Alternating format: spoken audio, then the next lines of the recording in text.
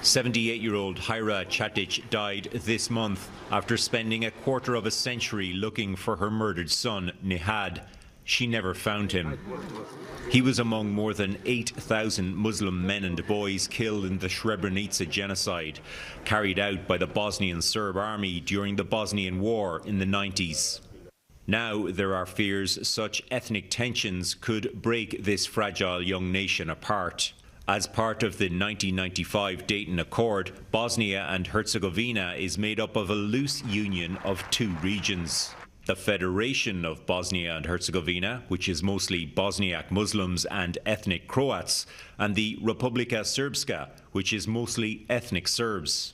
The country's presidency rotates between the three groups. The Serbian leader Milorad Dodik has recently threatened to pull out of state institutions, including potentially splitting the army in two. His rhetoric leaves the scars, and people are already scared.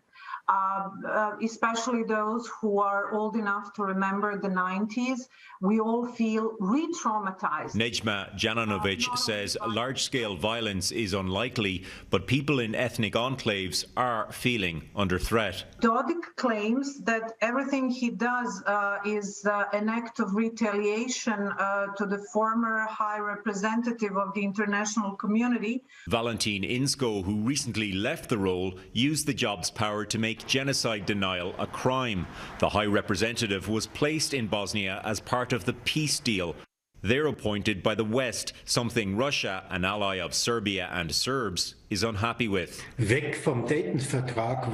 incumbent Christian Schmidt says Dodik's moves are part of a slow erosion of the Dayton Accord. Kurt Besiner is a former advisor to the representative's office.